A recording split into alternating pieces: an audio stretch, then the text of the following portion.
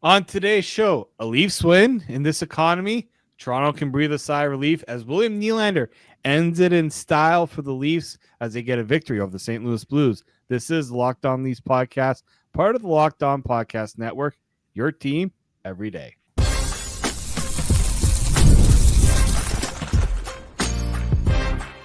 Your Locked On Maple Leafs, your daily podcast on the Toronto Maple Leafs. Part of the Locked On Podcast Network, your team every day.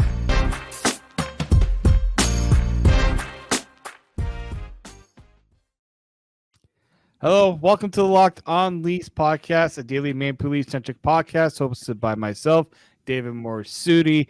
And joining me today, we don't make one call to the bullpen. We make two calls. We got our good friend and regular of the show, candid Frank Stanisci, and Griff Bordignon. My football friends are deciding to football season's over. We're now going to hockey. Gentlemen, thank you for stepping in for tonight. Thank you for inviting us. Thank you for the invite. Yep, as you know, Mike is away this week, so this is where we call on some friends, and what a time to come on, guys, because the Leafs are now back in the win column. Start the parade. Start the parade. Start the parade. We're back. Start the parade. A 3-2 victory over the St. Louis Blues, and it was an interesting. It's never a dull moment in Leafland. Well, let's start with how kind of things has started off. I was on the show yesterday talking about how Craig Berube got on Nylander's case in practice. And I said, be nice if William Nylander would shoot the puck more. I guess maybe I should have prefaced to say to shoot it on the other team's net and not onto your own net, because how many of you, not only you two guys, but how many people watch that goal go in where Nylander knocks the puck into his own net and you go, oh, here we go. Just another way for this Leafs team to just, put them in a hole, make things tougher for themselves. But that didn't happen. Yeah, he allowed the goal, but the team all came together for a good portion of the game. They held the St. Louis Blues in check. And then it felt like after the second Blues goal was scored on the power play, momentum started to swing a bit. The Leafs were, I think, getting back to that, are we going to blow this? So they started playing a little too cautiously. But all in all, I felt that this was a game the Leafs deserved to win. It was a gutsy win, with so many guys out. Like, Griff, your reaction, not long before puck drop, we get the Leafs PR tweet, Matthew Knies not playing, lower body injury.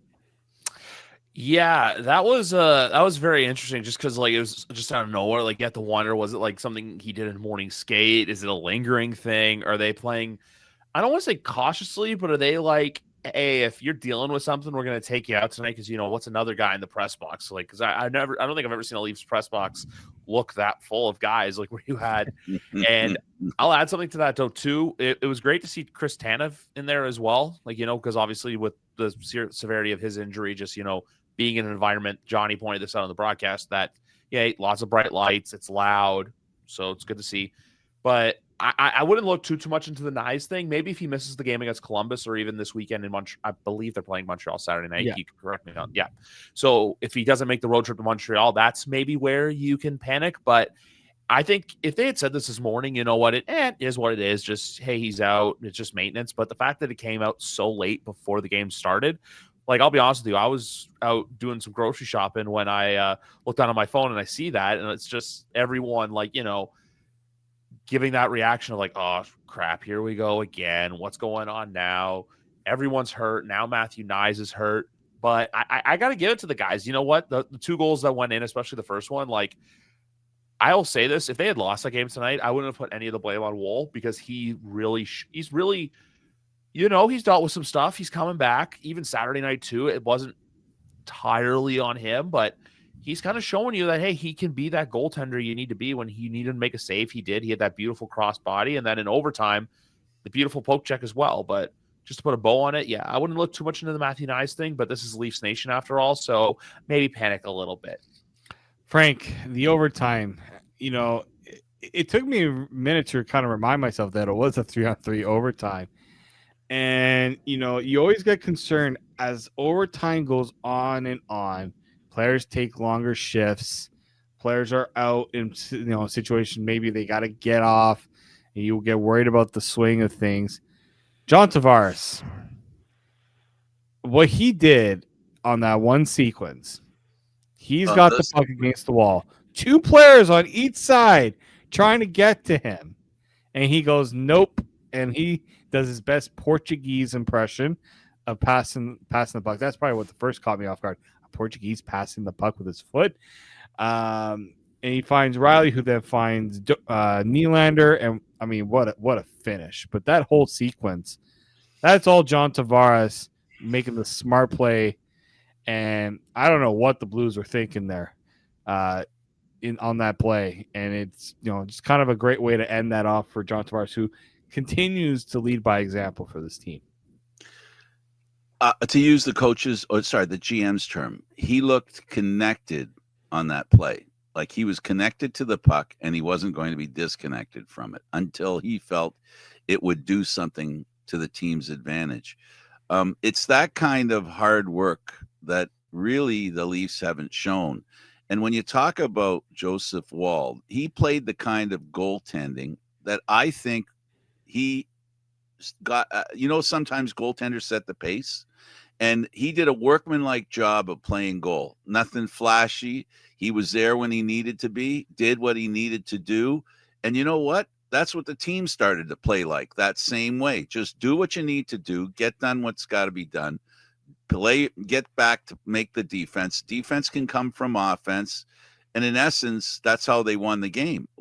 Basically, Tavares had to make sure that he kept the puck in play, control of it, because he had 2 guys going off the ice. And that's what you do to win. You work hard and you get connected. And I think that's what the GM means, that the players aren't playing as a group, and they aren't paying attention to how to play the game. They're like they said, they're real slow. It's like they're in quicksand. And we used to say years ago, for the past few years, David, I've heard you say this. Sometimes the Leafs become the tonic for a team that's in trouble. And maybe this time St. Louis was the tonic for the Leafs who were in trouble. Yeah, of course. Like the St. Louis Blues have not been a good team this year. Struggling to get offense. You saw, like, especially early on, they were trying so hard not to be down in the game that they weren't really pressing until they were down 2-1. And they needed to start pressing. They get the power play, they get that goal, and it got them a little more confident. But yeah, I think this game was just, again, it's an opponent that you should beat, considering how the season has gone. Yes, I know that the Leafs have not played well lately, but it's something to build on. They come close on Saturday. They played better, didn't get the win. They get the win tonight with a lot of players out of the lineup. This should be a game that catapults the Leafs a little bit here. It's a game that should give them a little more confidence. And, you're not going to make up everything with it, those 5 games you dropped in one game, but you can start slowly building up. On the other side, let's talk about a few players that we liked from this game and our 3 stars who stood out.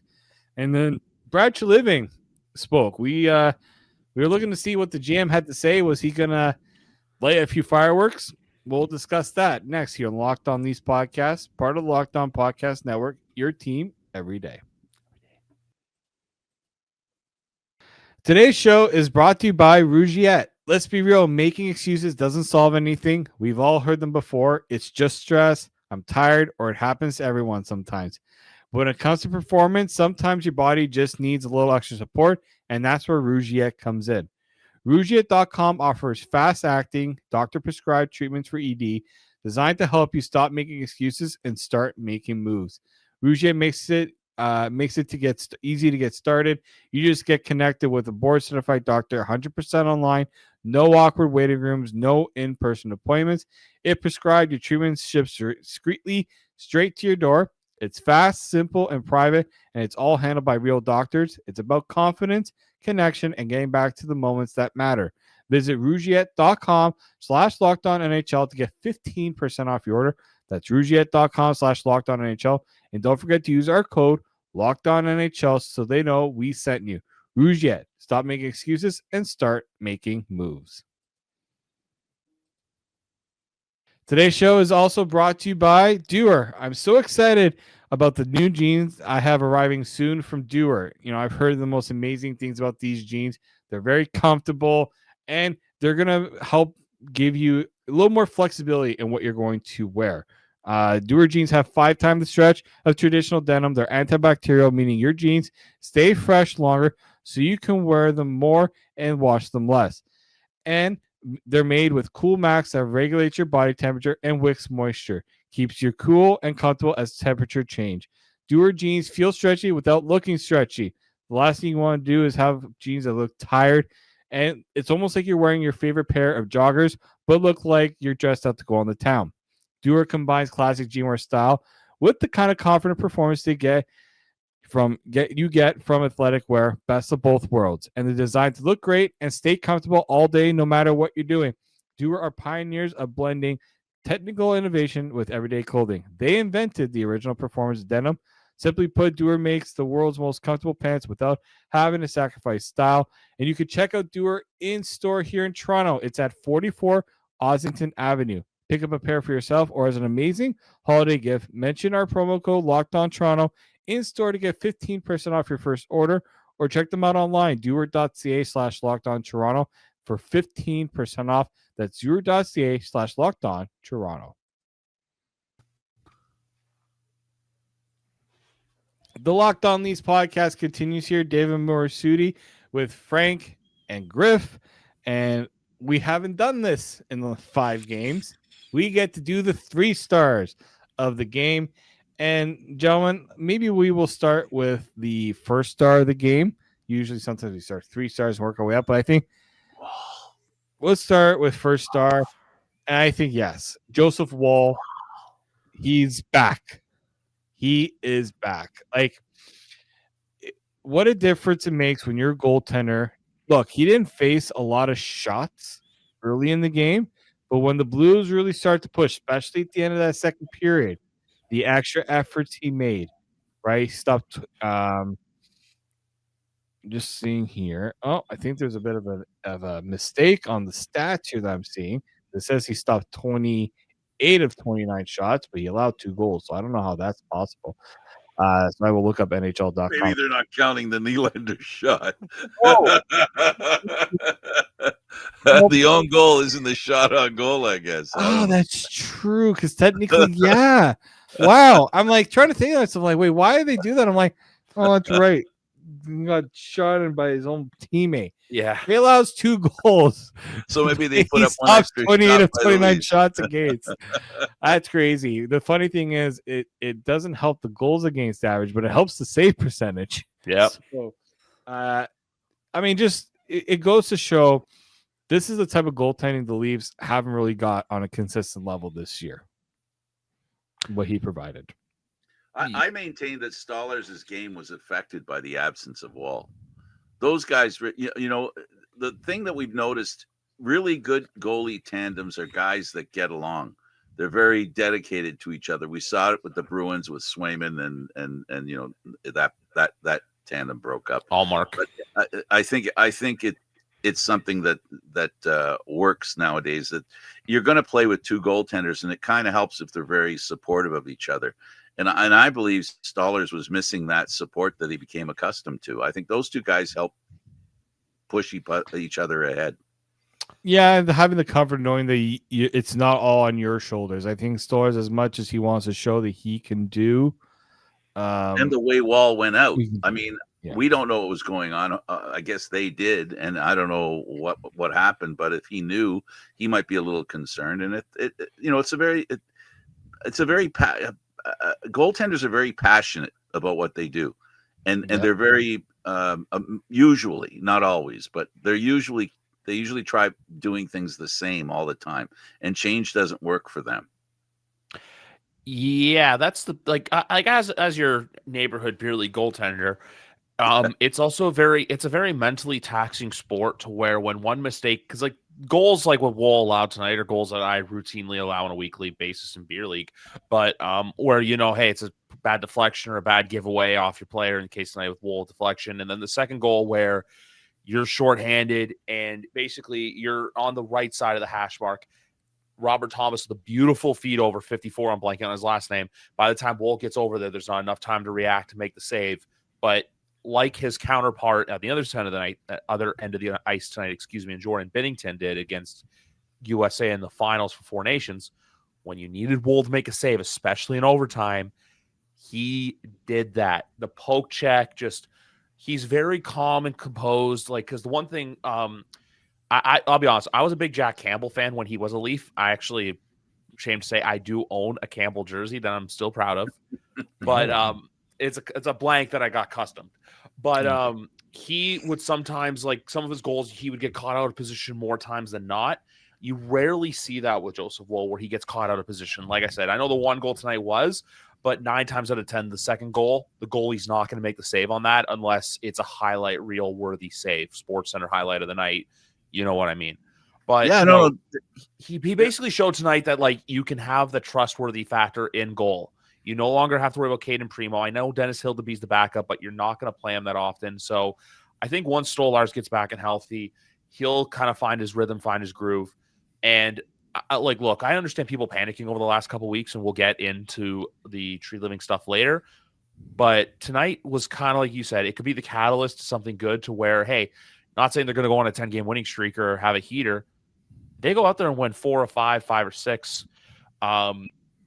You know what? It's kind of goes from like, oh, are the Maple Leafs cooked? Are they not contenders? To, hey, they're right back in this. They're plus 1,100 right now to win the Atlantic. And I'm not saying to go make that bet, but the difference between first place and last place in the Atlantic, I believe, is 6 or 8 points. And in the middle of November, you can easily catch that ground.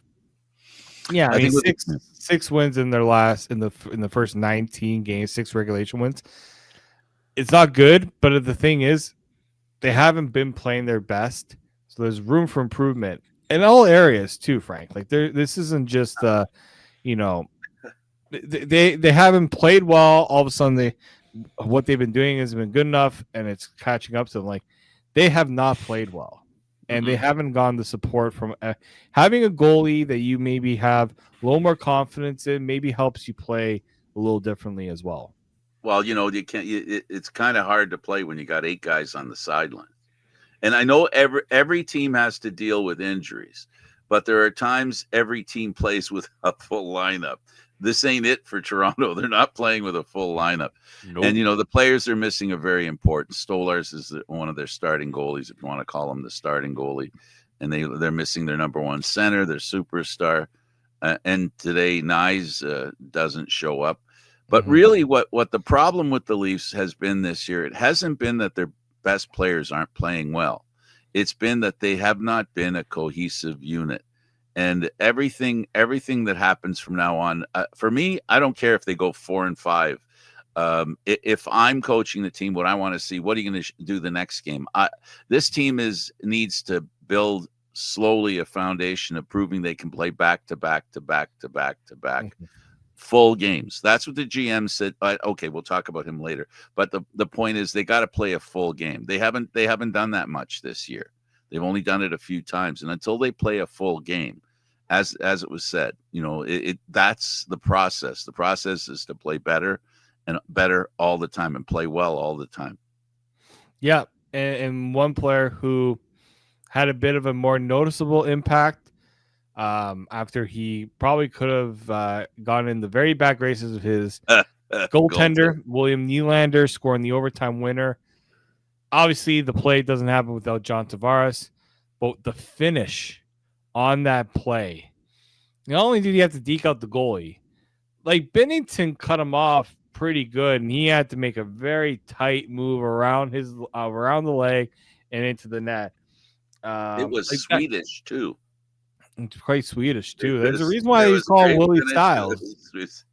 That toe drag is illegal in 15 different. That toe drag's illegal in 15 different countries. For those wondering, that was an amazing backhanded toe drag. It was more than the toe drag, though. It's like you were saying earlier with Tavares. The fact that, like, as soon as that happened, where they go for the change because obviously they're out there, they're burnt because they're which for as much as the Leafs defense has looked bad this year, they really shut it down defensively and played a really good defensive game from the forwards and the D in overtime. Because I know the second goal too was just, like I said, same thing with the power play.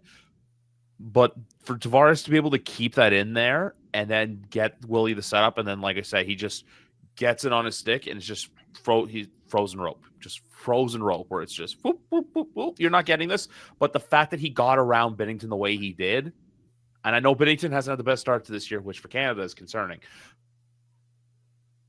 but they found a way. You know what? That's what they say. Good teams find a way to win. St. Louis is in they're a little bit of their own way right now. But you know what? Maybe the recipe for winning was playing a mediocre hockey team. And look, like Berube talking about the goal, he mentioned it to the team because that's what Nylander's all about. And that play more than symbolizes John Tavares too. 3-on-1, keeps the puck alive. Morgan Riley gets in there quickly and makes a play. And Willie does what he does. Like, that was the part there.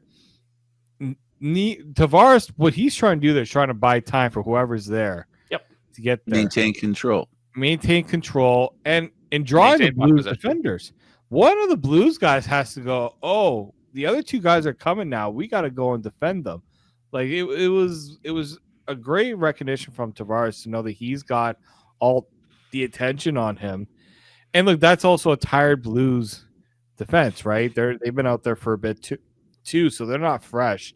So it's just great recognition on that play. Third star.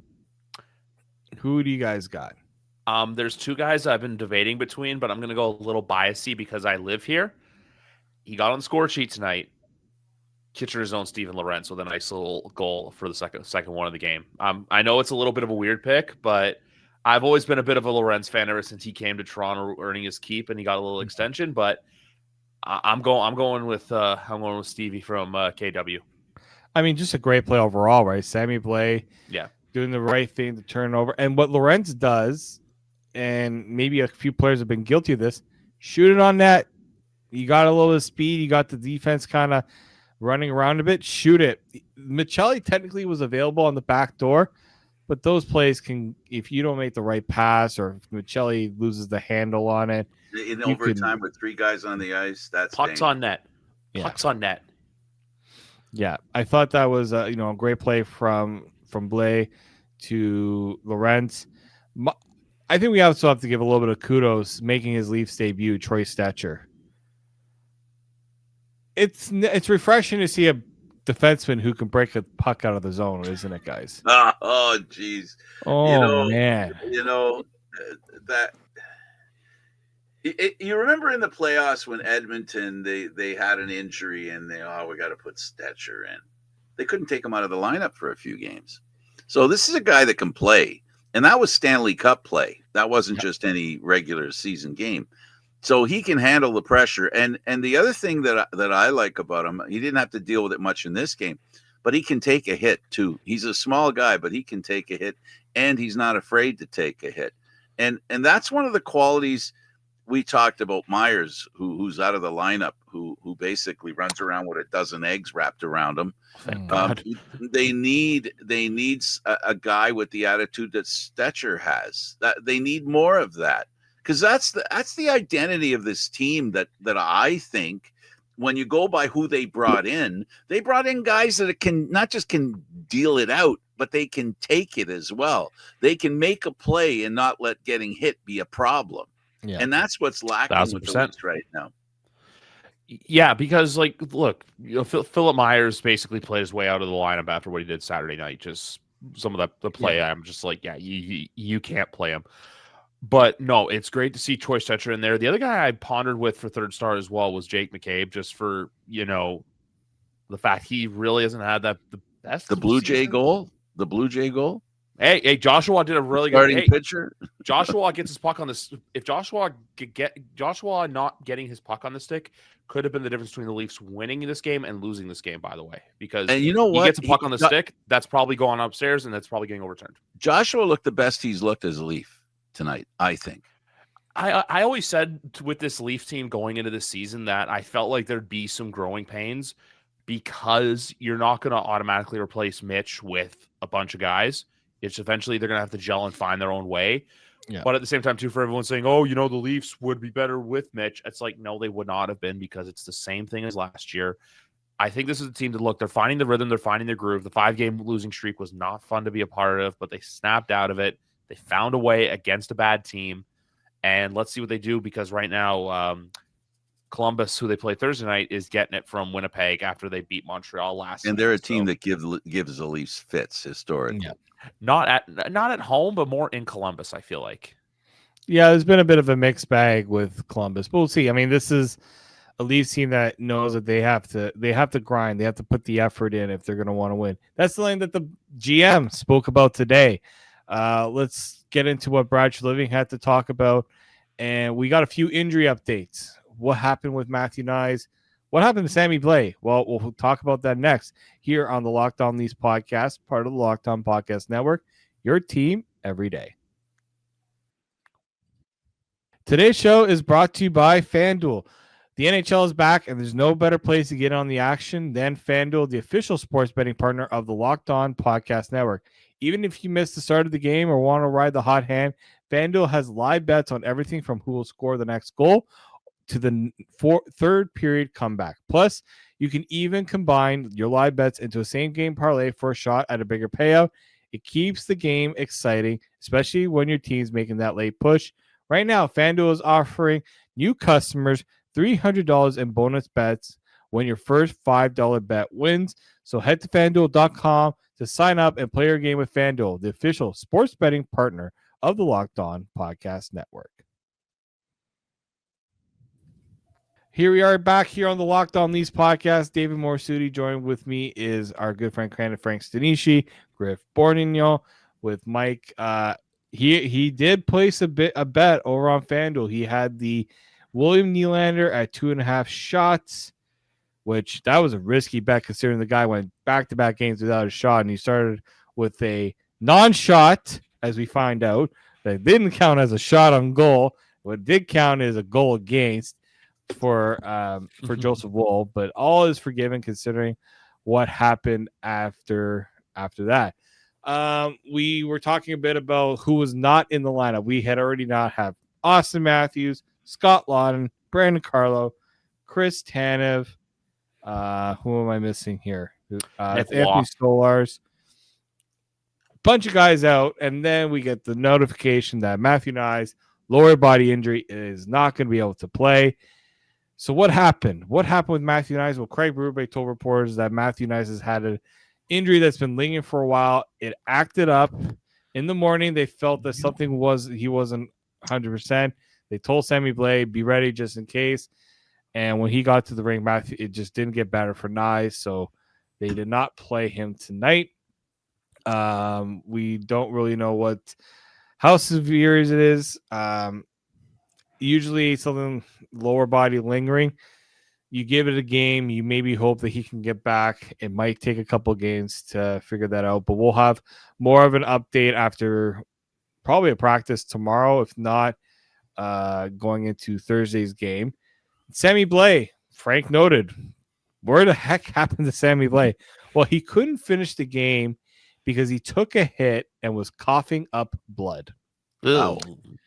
Gentlemen, usually, judging by that reaction, usually that's not a good thing. Hopefully it's more of a precautionary thing. But sometimes when you're coughing up blood, something internal is not right there. And so we hope that Sammy Blais is going to be fine. Because, man, the Leafs don't have many, poor Marlies, who are also dealing with their own injuries. Like, they're going to be like, we who are we sending you? We don't have many guys here right now because they're also dealing with injuries right now. Wow. So the East Coast Hockey League team's going to be busy sending Cincinnati. players. Yeah, Cincinnati. Was Cincinnati Cyclones? Yeah. Yeah, it's I was reading it the other day. I think Matt Benning, Michael Pezzetta, who is one of those guys you maybe thought would be a call potential, Landon Sim, all dealing with injuries. I think Mark Johnson's also hurt. Pezzetta's hurt and they're going to Montreal. Oh, he must be dying right now. That's unfortunate. Yeah, it is unfortunate. Right. He's day to day with an upper body. I mean, if he was good to play, you would like to have a little bit of that juice in the lab because we know how Montreal can be. And now obviously Easton Cowan and Jacob Cullen are up. So like you're taking a little bit away from the Marlies here. I mean, that's what they're there for, right? But Yeah. I don't know who else. If let's say Sammy Blais is not able to play in the next game, take a pick, right? Who's the next guy to get called up? How quickly can Topi Niemela come here from Europe? I know. And well, Morgan Riley at one point in the game also got hurt. If you saw, he had that collision. I think it was with Domi, and came out wincing. I'm like, oh, like no, like let's stop. Like this is now getting ridiculous at this point.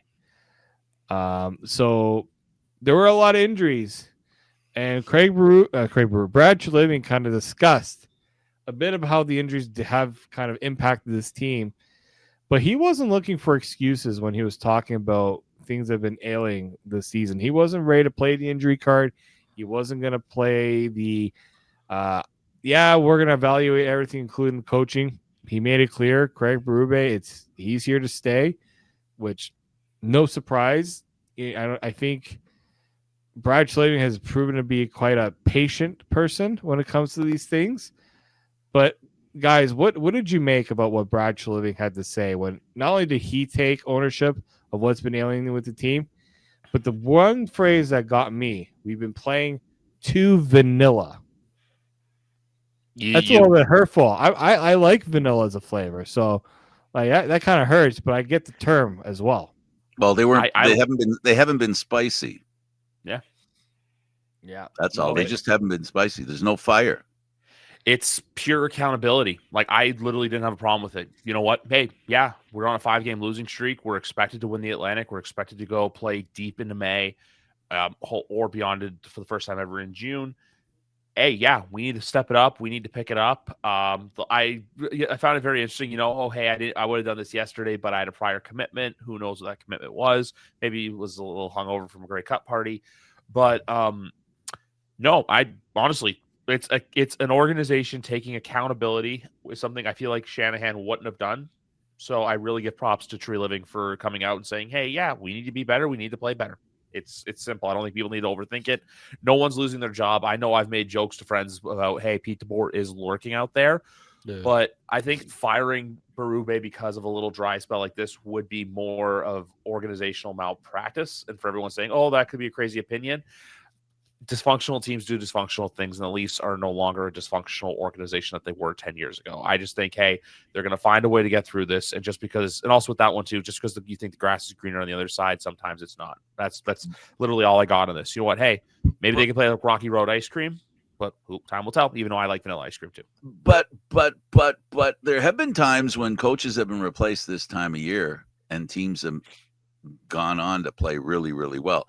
But it's not as often that happens as the other thing happens, that a team continues to play badly. But there have been times. And that's why the temptation for people to suggest that you need to have a coaching change. It's basically the old-time metaphor of don't listen to your uncle on Facebook who's giving his hot takes on the Maple Leafs, or don't listen to people calling into the Fan 590 after a game. Don't listen to when people call the Gordon Stellick. Don't take those people's opinions seriously. That's why I believe it's Rick from Port Colborne, who's 20 rum and cokes deep in his basement. You know, the classic overdrive meme. Don't listen to those people. But when I say the Pete DeBoer thing, like, I think if the Leafs were playing this horribly and it was like New Year's or like mid-January, that's when you seriously entertain that conversation. But because you have 10 bad days in the month of November, you don't panic. You just go out, you say, we're going to get better. We're going to get through this. And tonight, hopefully, is the start of something better. But the panic is dependent on like, okay, because there's 60 years of pain. That's what it is. There's Fisher Cup bait as well. So like, if this team, we'll put it this way, if they continue playing the way they're playing now, is there a cutoff date where the coach's job might have to be considered? Like, I mean, if they have to be so well out of it. How bad? I'm curious.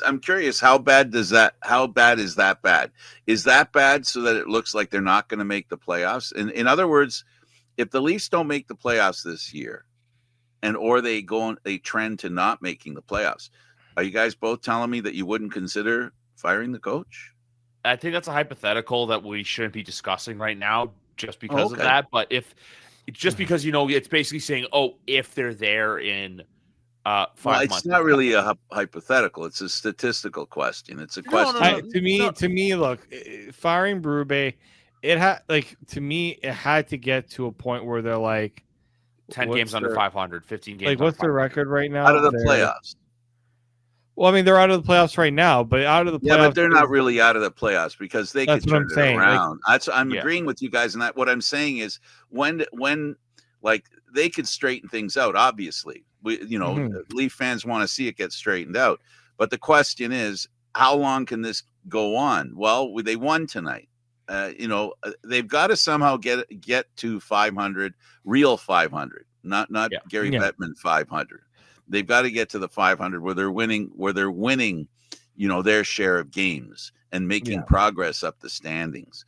I'm not saying that he gets canned if they don't do it fast enough, but if they trend in that direction, his job's safe. But if they continue playing this way, then the question has to be asked is maybe the coach just can't do it. And that's a reality too, guys. That's a reality.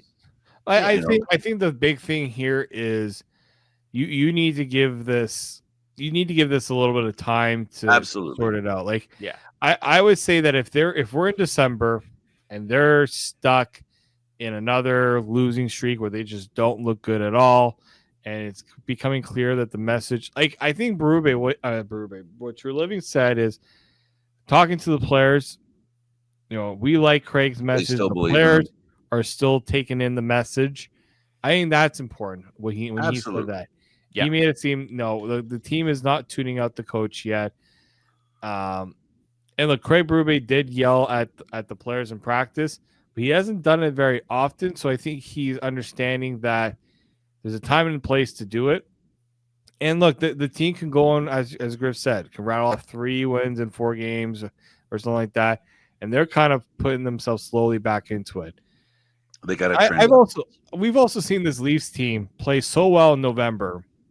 And then come playoff time, this is shocking. It's just they don't have. I'd rather them go through the struggles now. Yeah, figure it out. It's a lesson that you can learn now versus late in the year when you well, we never dealt with this before, so what the heck are we going to do now? There are a lot of teams have done that. Look at Edmonton, for God's sake. How many times were they? 2 years ago, where they cut the coach. That was a time where that move worked, but it also was the goaltender was doing better. The defense started to get their act together, and you had Connor McDavid and Leon Draisaitl pick your team, and also Zach Hyman and all those guys. Like, there is a semblance of that. I think teams that go through these struggles now, even Florida has done it too. They learned something about themselves. Look at the Blue Jays. Yep.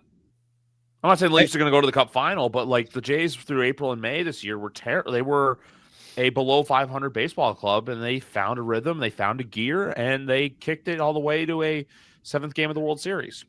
I'm hoping that what's happening to them galvanizes the group and gets them playing more. As Frank said, you got to find out a way to get more connected as a group. Play connected. And I'm you look at what Tavares has been doing through this stretch. Oliver Ekman-Larsson, I've constantly brought him up. And now you got Joseph Woll in there. You're hoping that these guys, if as a collective group, can start putting it together now, it's going to get better for them. Yep. Yeah. Please keep in mind, when I say about fire, it has to be really, really bad to fire. Oh, yeah. It has to be in January. They're absolutely lost. There's no chance of them making the playoffs in January. Yeah. Then you maybe consider it. But, again, the coach has a lot of the faith of the GM. And one has to respect the fact that the GM is that loyal to his coach. Of course. No, of course. And I think that's a big one there, is that's a coach that the GM picked to bring in here, right? And that to me is an important factor in all this too. It's not like when Kyle Dubas came into town and became the GM, he didn't have his coach there. His coach eventually did get in there. Right. And so I think that plays a role in it too, is that you know, I mean, Brad Treliving said it. Craig Berube didn't just become a bad coach overnight. No. Right? They're a team, the Leaf team, this Leaf team, well, the difference is, and I think we all agree on this Leaf team, what it wants to be, or what the management and the coach and the GM want this team to be, they want them to be playing together as a cohesive unit, play like a team, and have the system rule the day, as opposed to the teams the Leafs had the past few years, where the talent carried them. The problem is talent is not enough in the playoffs, but a team that plays together cohesively, connected, again, that word, when they're in the playoffs, they're harder to beat because you're only as strong as your weakest link. And that's the difference that Treliving, and why he believes in Berube, and why Berube deserves the time to see if he can instill that in this team. And that is the team unit where they're tough to play against. And that's something the Leafs weren't for the past few years. They weren't tough to play against. And being that, I think, is a lot harder than just unleashing guys, wild horses with all this talent. This is a harder way to build a team, the way the Leafs are doing it. 1,000%. Well, we'll see how that goes. I want to thank Griff and Frank for joining me here on the podcast. Maybe they're the ones that brought the Leafs a little bit of luck, knowing that they're going to be on the show. So maybe we have to have them back again. Mike, you're out. We're in. I think he'll enjoy having a little more time to cruise. He's gone long enough for us to have some excitement.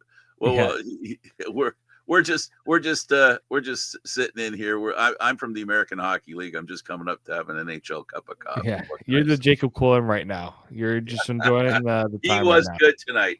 I love the baggage smash. And I'm the cowboy. I'll take that one. Yeah. Well, we'll see if this can continue. We will go through, hopefully, maybe a few more injury updates on Wednesday.